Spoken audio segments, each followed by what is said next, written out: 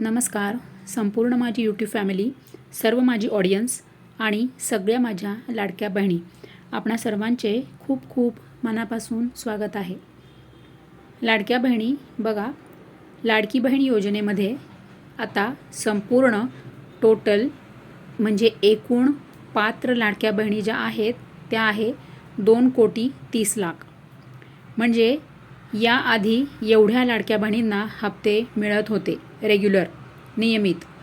परंतु जेव्हापासून ई-KYCचा आता हे सगळं सुरू झालेलं आहे की ई-KYC करणं हे बंधनकारक आहे, तेव्हापासून लाडक्या बहिणी या म्हणजे ज्या अपात्र होत्या की ज्या नियमात बसत नव्हत्या, निकषांमध्ये बसत नव्हत्या, अशा लाडक्या बहिणी लाडकी बहीण योजनेतून बाहेर काढलेल्या आहेत शासनाने.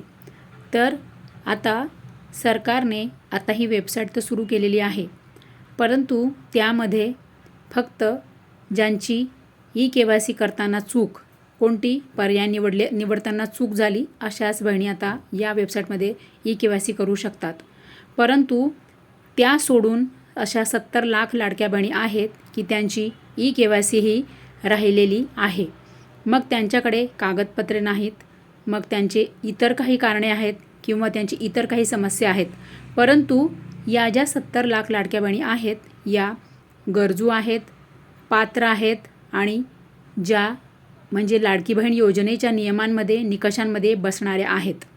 की ज्या या 70 लाख लाडक्या बहिणी आहेत यांच्याकडे 4 व्हीलर नाही, त्यांचे वार्षिक उत्पन्न 2.5 लाखांपेक्षा कमी आहे आणि अशा यांच्या कुटुंबामध्ये कोणीही सरकारी कर्मचारी नाहीत आणि आता अशा यांच्या कुटुंबामध्ये कोणीही टॅक्स भरत नाही.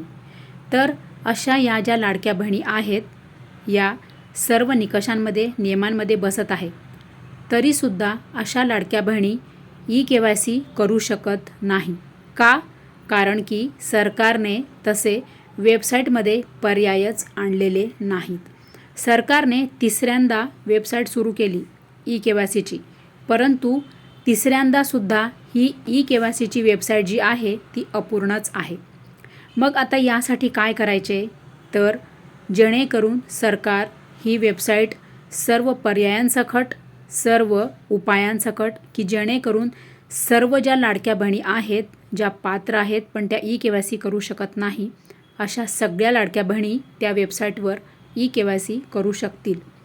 यासाठी सरकारने ई-KYCची वेबसाईट करताना संपूर्ण विचार करून वेबसाईट पुन्हा आणावी आणि त्यामध्ये सर्व पर्याय ठेवावे. कारण की नाहीतर म्हणजे जवळजवळ ऑलमोस्ट 1.25 कोटी अशा लाडक्या बहिणी आहेत, म्हणजे 70 लाख लाडक्या बहिणी अशा आहेत की त्यांची ई-KYC झालेली नाही. म्हणजे काहींनी ई-KYC चुकीची केलेली आहे, काहींनी अर्धवट ई-KYC केलेली आहे, काहींनी हाफ ई-KYC केलेली आहे, काहींकडे कागदपत्रच नाही. तर अशा 70 लाख लाडक्या बहिणी आहेत. मग आता अशा लाडक्या बहिणी लाडकी बहीण योजनेतून म्हणजे या लाडकी बहीण योजनेच्या लाभापासून वंचित राहणार का? तर लाडक्या बहिणी बघा, जसे मागच्या वेळेला तुम्ही ऐकलेच होते, आपल्या चॅनलवर बरेच व्हिडिओ मी आणले की लाडक्या बहिणींचा धडक मोर्चा त्यांनी नेलेला आहे. तर बघा लाडक्या बहिणी, तुम्हाला उठावं लागेल, तुम्हाला जागं व्हावं लागेल. कारण की कसं आहे माहिती आहे का, तुम्ही जर लढलात ना तरच तुम्हाला म्हणजे तुमचा प्रश्न, तुमचे समस्या या सरकारला कळतील. तर तुम्हाला जावं लागेल, तुम्हाला लढावं लागेल, वर जाऊन तुम्हाला सगळं सांगावं लागेल की आमची ई-KYC राहिलेली आहे. मग कोणत्या कारणांमुळे तुमची ई-KYC राहिलेली आहे ते सुद्धा तुम्हाला तिथे जाऊन सांगावं लागेल. कुठे सांगायचं आहे, तर पंचायत समिती कार्यालयामध्ये जाऊन तुम्ही तक्रार नोंदवा किंवा तुम्ही जिल्हाधिकारी कार्यालयात जाऊन तक्रार नोंदवा किंवा महिला व बालविकास विभाग आहे तिथे जाऊन तुम्ही तुमची तक्रार नोंदवा आणि सांगा की आम्ही गरजू आहोत, आम्ही पात्र महिला आहोत, आम्ही सर्व निकषांमध्ये बसत आहोत, असं तुम्हाला तिथे सांगावं लागेल. कारण की आता तुम्ही अर्ज भरला, तुम्ही कागदपत्र दिलेत, परंतु काही ठिकाणी म्हणजे आता बहुतेक म्हणजे 90% ठिकाणी या तुमचे अर्ज आणि कागदपत्र अंगणवाडी सेविका या घेत नाही. त्यामुळे लाडक्या बहिणी म्हणजे आता हे करणं आता योग्य पण राहिलेलं नाही. कारण की भरपूर लाडक्या बहिणींच्या कमेंट्स येत आहेत की त्या म्हणजे अंगणवाडी सेविका तुमचे अर्ज घेत नाही, पंचायत समिती कार्यालयामध्ये सुद्धा तुमचे अर्ज घेत नाही आणि जिल्हाधिकारी कार्यालयात पण तुमचे अर्ज हे स्वीकारले जात नाही. मग तुम्ही करणार तरी काय? लाडक्या बहिणी बघा, तुम्ही भरभरून सपोर्ट करा. कारण की आपण आता बघत आहोत आपल्या या चॅनलवर 3रा भाग आपण या विषयावर अपलोड करत आहोत. कोणता विषय? की ई-KYCची वेबसाईट सरकारने पुन्हा सुरू करावी सर्व पर्यायांसह, असे आपण हा मुद्दा आता लावून धरलेला आहे. आणि आता या मुद्द्यावर आपला या चॅनलवरचा 3रा व्हिडिओ आहे. भाग 3 आज आपण बघत आहोत.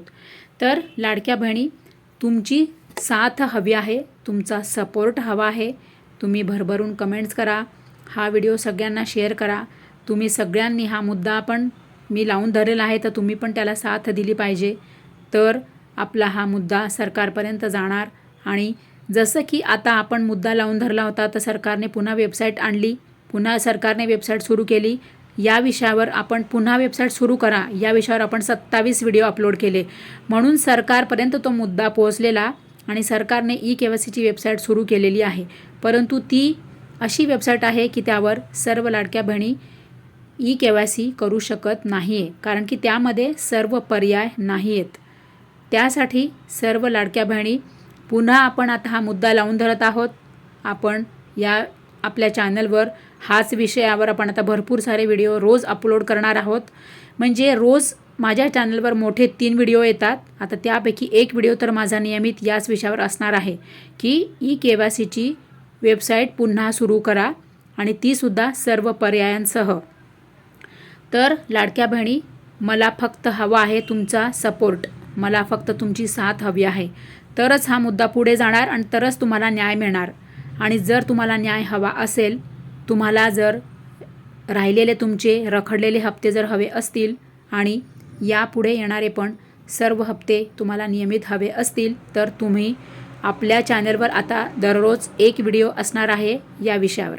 आणि त्यासाठी तुमची साथ आवश्यक आहे, तुमचा सपोर्ट आवश्यक आहे. तर तुम्ही म्हणाल काय सपोर्ट करायचा आहे, काय साथ द्यायची आहे? तर तुम्ही सगळ्या लाडक्या बहिणींनी हा व्हिडिओ सगळ्या लाडक्या बहिणींपर्यंत पाठवा, शेअर करा. फेसबुकवर, व्हॉट्सॲपवर तुमचं जे काही आहे तुमच्याकडे सगळीकडे हा माझा व्हिडिओ सगळ्यांना शेअर करा. आणि सगळ्यांनी व्हिडिओ लाईक करा आणि एक कमेंट करा. काय कमेंट करायची आहे? की सर्व पर्यायांसह ई-KYC वेबसाईट पुन्हा सुरू करा. एवढीच तुम्हाला कमेंट करायची आहे. म्हणजे काय होईल, आपला मुद्दा सरकारपर्यंत पोहोचेल आणि सरकार म्हणजे आता जी कॅबिनेटची बैठक होत आहे, आता पुन्हा येणारे आता याच्यामध्ये काळामध्ये लवकरच आता बजेट मांडले जाणार आहे, अर्थसंकल्प मांडले जाईल. तर यामध्ये आपला लाडकी बहीण योजनेचा विषय हा मांडले जाईल. म्हणूनच मी तुम्हाला लवकर सांगत आहे की त्याआधीच सगळ्या लाडक्या बहिणी जागे होणे गरजेचे आहे. त्यामुळे तुम्ही जाग्या व्हा आणि हा मुद्दा यशस्वी करूया.